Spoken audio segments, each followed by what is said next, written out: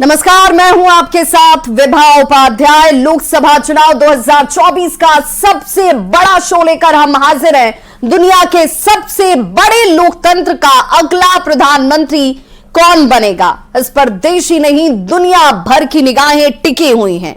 24 की लड़ाई अब अपने आखिरी दौर में पहुंच चुकी है। सभी नेताओं ने लोकतंत्र के सबसे बड़े पर्व में जीत को लेकर पूरी ताकत झोंक दी है। तकरीबन एक हफ्ते का वक्त अब बचा हुआ है जब यह तय हो जाएगा कि देश के अगले प्रधानमंत्री एक बार फिर से नरेंद्र मोदी ही बनने जा रहे हैं या फिर 10 साल बाद विपक्ष को सरकार बनाने का मौका मिलने वाला है। इस बार के चुनावी संग्राम में एक तरफ प्रधानमंत्री नरेंद्र मोदी हैं तो वहीं दूसरी तरफ समूचा विपक्ष है। चुनाव से जुड़ी तमाम खबरों पर रहेगी हमारी नजर, लेकिन शुरुआत सबसे पहले चुनावी खबर से।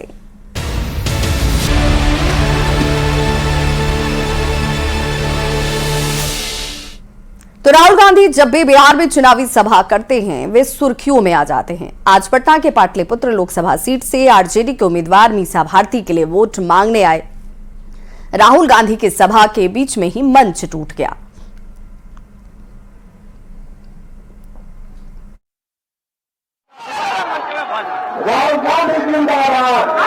सोमवार को राहुल गांधी दूसरी बार बिहार में चुनावी सभा करने पटना के पालीगंज पहुंचे थे। राहुल के लिए मंच सजा था, इंडी गठबंधन के कई नेता मौजूद थे। तभी कुछ ऐसा हुआ जिसकी किसी ने कल्पना तक नहीं की होगी।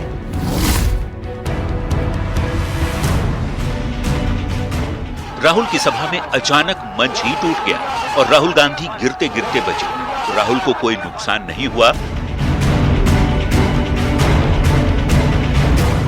जब मंच टूटा उस वक्त मंच पर महागठबंधन के तमाम बड़े नेता मौजूद थे।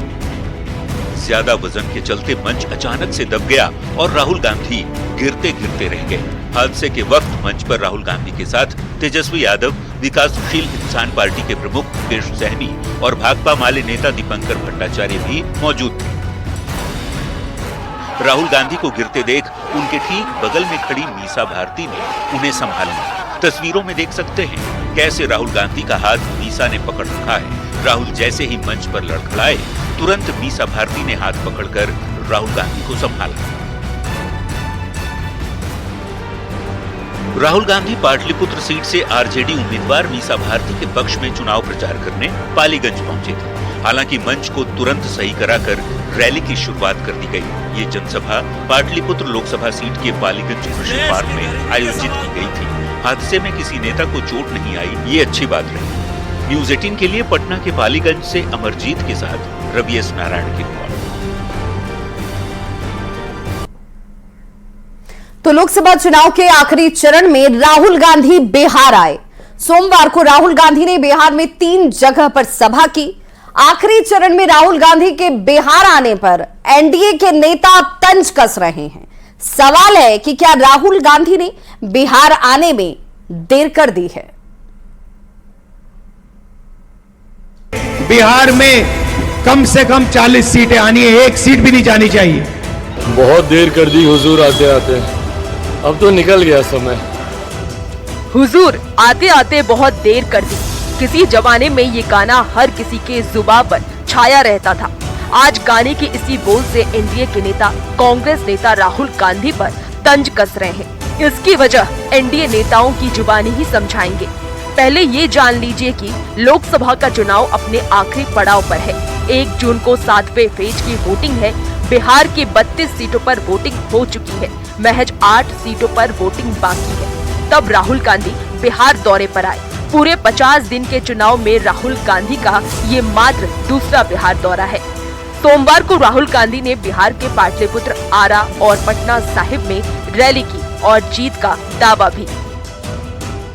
मैं आपसे सबसे पहले ये कहना चाहता हूं, नरेंद्र मोदी कुछ भी कहें, 4 जून के बाद इंडिया की सरकार आने वाली है। राहुल गांधी के दावे और बिहार दौरे पर सियासत तेज है। एलजेपीआर के अध्यक्ष चिराग पासवान ने तंज कसते हुए कहा कि अब आने से क्या फायदा, जो होना था तो हो चुका है। बहुत देर कर दी हुजूर आते आते, अब तो निकल गया समय। राहुल गांधी के बिहार दौरे में देरी का आरोप पर आरजेडी और कांग्रेस के नेताओं ने पलटवार किया है। आरजेडी प्रवक्ता मृत्युंजय तिवारी को नहीं लगता कि राहुल गांधी को आने में देरी हुई है, जबकि कांग्रेस प्रवक्ता भारत जोड़ो न्याय यात्रा को भी चुनावी दौरे से जोड़कर ही देख रहे हैं। अरे सही समय पर आए हैं, अंत भला तो सब भला। राहुल गांधी जी चुनाव घोषणा के बाद भी बिहार में भारत जोड़ो न्याय यात्रा किए हैं, कई दिन रहे हैं, कई रातें बिहार में बिताए हैं। एक तरफ राहुल गांधी 50 दिन के चुनाव में महज 2 बार बिहार आए, 20 अप्रैल को भागलपुर में रैली और 27 अप्रैल को पाटलिपुत्र, आरा और पटना साहिब में रैली की, जबकि पीएम मोदी लोकसभा चुनाव में अब तक 9 बार बिहार आ चुके हैं, 15 रैली कर चुके हैं और 1 रोड शो कर चुके हैं और 2 बार पटना में रात्रि विश्राम भी कर चुके हैं। न्यूज़ 18 रवीश नारायण और शैलेंद्र के साथ ब्यूरो रिपोर्ट। शो के सेगमेंट में अब देखते हैं बयान बवाली, नेताओं के वैसे बयान जिन पर मच गया है सियासी घमासान।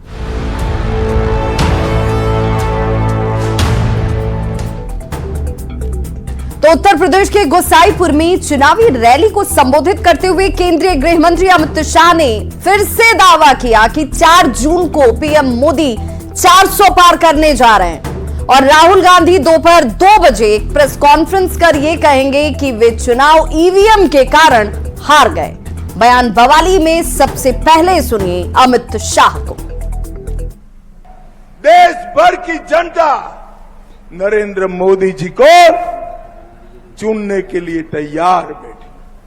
4 तारीख को परिणाम आने वाला है, मोदी जी 400 पार करने वाले हैं और मैं एक और भविष्यवाणी कर जाता हूं। 4 तारीख को 2 बजे राहुल बाबा की प्रेस कॉन्फ्रेंस है और वो कहेंगे हम चुनाव ईवीएम के कारण हारे हैं, ईवीएम के कारण। तो लोकसभा चुनाव के आखिरी और अंतिम चरण से पहले प्रचार की गर्मी अपने चरम पर है। सियासी वार और पलटवार के बीच बीजेपी अध्यक्ष जेपी नड्डा तेजस्वी यादव पर जमकर बरसे। रविवार को आरा में चुनावी सभा को संबोधित करते हुए जेपी नड्डा ने कहा कि पहले तेजस्वी अपने पिता के कारनामों का पश्चाताप करें और फिर कुछ बोलें। तेजस्वी क्या जाने कारनामे, इसको क्या मालूम 20 साल पहले क्या हुआ है, ये क्या जाने। ये तो मटन बनाना सिखा रहे हैं, कोई मटन खाना सिखा रहे हैं, कोई मछली बनाना सिखा रहे हैं और वो भी जमीन पर नहीं, हवा में। देखो इनकी अय्याशी, देखो इनकी मौज मस्ती। लालू जी जानते हैं क्या बोलते थे, सड़क काहे को चाहिए, सड़क आ जाएगी तो पुलिस पहुंच जाएगी। क्या क्या अंधेर गर्दी मचा रखी थी क्या, और ये 10 लाख नौकरी देगा। अरे पहले पिता के कारनामों का पश्चाताप करो, पिता के कारनामों का पश्चाताप करो। और ये इनको अपनी जाति की भी चिंता नहीं है। याद रखना, इन्होंने कोई जाति के लिए कोई काम नहीं किया, इन्होंने काम किया तो परिवार के लिए काम किया, सिर्फ परिवार के लिए काम किया। उत्तर प्रदेश के मुख्यमंत्री योगी आदित्यनाथ ने मुस्लिम आरक्षण को लेकर विपक्षी गठबंधन पर जोरदार हमला किया है। योगी आदित्यनाथ ने कहा कि मुस्लिम आरक्षण देने की जो होड़ मची हुई है, इस मामले में कांग्रेस का इतिहास दागी रहा है। एक होड़ सी लगी है मुस्लिम आरक्षण देने का, और कांग्रेस का इतिहास तो इस मामले में बहुत दागी रहा है। 2006 में जस्टिस रंगनाथ मिश्रा कमेटी गठित करके कांग्रेस ने ओबीसी का हिस्सा काट करके मुस्लिमों को देने का कुत्सित प्रयास किया था जब यूपीए गवर्नमेंट थी। ऐसे ही कांग्रेस ने जस्टिस राजेंद्र सच्चर की अध्यक्षता में कमेटी बना करके अनुसूचित जाति के आरक्षण में सेंध लगाने का प्रयास किया था। और प्रधानमंत्री के सेगमेंट में देखते हैं ऐसी तस्वीरें जो सियासत के लिहाज से सोशल मीडिया पर तेजी से हैं वायरल।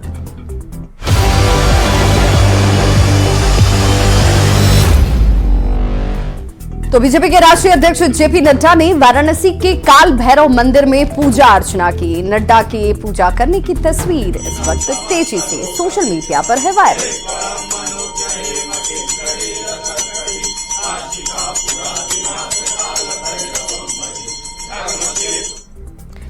ओडिशा के मयूरभंज में केंद्रीय मंत्री और संबलपुर लोकसभा सीट से बीजेपी के उम्मीदवार धर्मेंद्र प्रधान ने रोड शो किया, जिसकी तस्वीर आप इस वक्त देख पा रहे हैं।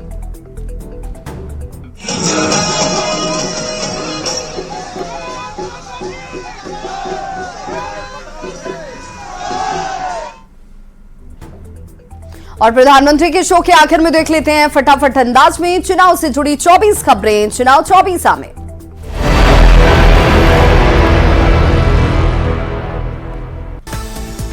उत्तर प्रदेश के गुसाईपुर में गृह मंत्री अमित शाह ने की एक और भविष्यवाणी। कहा 4 जून को दोपहर 2 बजे प्रेस कॉन्फ्रेंस करेंगे राहुल गांधी, कहेंगे हम ईवीएम के कारण हारे चुनाव। पाटलिपुत्र के पालीगंज में भाषण से पहले धंसा राहुल गांधी का मंच, राहुल गांधी पूरी तरह सुरक्षित। प्रधानमंत्री मोदी के जेल भेजने वाले बयान पर तेजस्वी यादव का पलटवार, बोले न लालू डरे न लालू का लड़का डरेगा। राहुल गांधी के बिहार दौरे पर जेडीयू मुख्य प्रवक्ता केसी त्यागी ने साधा निशाना। कहा राहुल की रैली से कोई असर नहीं पड़ने वाला। नालंदा में सीएम नीतीश कुमार ने लालू परिवार पर किया हमला। कहा आरजेडी वाले कर रहे थे गड़बड़ तो फिर हटा दिए। राहुल गांधी के बिहार दौरे पर डिप्टी सीएम सम्राट चौधरी ने कसा तंज। कहा भ्रष्टाचारियों के सरदार हैं राहुल गांधी। रोहतास के डेहरी में एनडीए उम्मीदवार उपेंद्र कुशवाहा का बड़ा बयान। कहा चुनाव जीतने के बाद डालमिया नगर में उद्योग की करेंगे शुरुआत। दुमका में कल पीएम नरेंद्र मोदी की दुमका एयरपोर्ट मैदान में होगी चुनावी सभा। रैली की तैयारी में जुटे झारखंडी बीजेपी नेता। वाराणसी में बीजेपी के राष्ट्रीय अध्यक्ष जेपी नड्डा ने काल भैरव मंदिर में की पूजा अर्चना। काल भैरव से की सुख समृद्धि की कामना। गोरखपुर में यूपी के सीएम योगी आदित्यनाथ ने मुस्लिम आरक्षण को लेकर विपक्ष पर साधा निशाना। कहा विपक्ष में मुस्लिम आरक्षण देने की मची है होड़। टेंडर कमीशन घोटाले में फंसे कांग्रेस नेता आलमगीर आलम की बढ़ी मुश्किलें। कोर्ट ने 3 दिन और बढ़ाई आलमगीर आलम की ईडी रिमांड। आजसू अध्यक्ष ने की आलमगीर आलम पर कार्रवाई की सराहना। कहा जिन्होंने सत्ता में रहकर झारखंड को खोखला किया, वैसे नेता और मंत्री को जेल भेज रही है ईडी। पटना में राहुल गांधी की सभा पर जेडीयू सांसद संजय झा का निशाना। कहा 4 जून को परिवारवाद की पॉलिटिक्स का हो जाएगा अंत। रोहतास के डेहरी में एलजेपीआर अध्यक्ष चिराग पासवान ने किया रोड शो। एनडीए उम्मीदवार के पक्ष में मांगा वोट। सासाराम में वोटिंग से पहले कांग्रेस नेताओं ने चलाया जनसंपर्क अभियान। गारंटी कार्ड के जरिए इंडी गठबंधन उम्मीदवार के पक्ष में वोट की अपील। कांग्रेस के राष्ट्रीय अध्यक्ष पर डिप्टी सीएम सम्राट चौधरी का पलटवार। कहा इंडी गठबंधन के नेताओं को जनता देगी जवाब। औरंगाबाद के दाऊदनगर पहुंचे काराकाट लोकसभा सीट से इंडी गठबंधन उम्मीदवार राजाराम सिंह। चुनाव से पहले ही जीत का किया दावा। सिमडेगा में पूर्व घंटे विधायक की बोर्ड लगी ब्लैक कलर गाड़ी के घूमने से मचा कौतूहल। फ्लाइंग स्क्वाड के साथ जांच में जुटी पुलिस। वाराणसी में सीएम योगी आदित्यनाथ का कांग्रेस परिवार। कहा कांग्रेस का विरासत टैक्स मतलब औरंगजेब का जजिया कर मोदी जी ने काशी की तस्वीर। आखिरी चरण का रण हुआ तेज। पंजाब के फिरोजपुर में सीएम भजनलाल की हुंकार। कहा पंजाब में 2 भ्रष्टाचारी मिलकर लड़ रहे चुनाव। ओबीसी कमीशन की रिकमेंडेशन पर दिया आरक्षण। मुस्लिम आरक्षण पर पूर्व सीएम अशोक गहलोत का बयान। कहा सरकार के नुमाइंदे कुछ भी कहें, कुछ नहीं होने वाला। इमरती देवी पर विवादित बयान पर जीतू पटवारी ने खटखटाया हाईकोर्ट का दरवाजा। एफआईआर रद्द करने की मांग। कोर्ट ने जारी किया नोटिस। सौम्या चौरसिया को बिलासपुर हाईकोर्ट से नहीं मिली जमानत। कोल घोटाला मनी लॉन्ड्रिंग केस में जेल में बंद है सौम्या। खंडवा में जल संकट को लेकर निगम नेता प्रतिपक्ष ने खोला मोर्चा। टावर पर चढ़कर प्रदर्शन। नर्मदा जल परियोजना में भ्रष्टाचार का लगाया आरोप।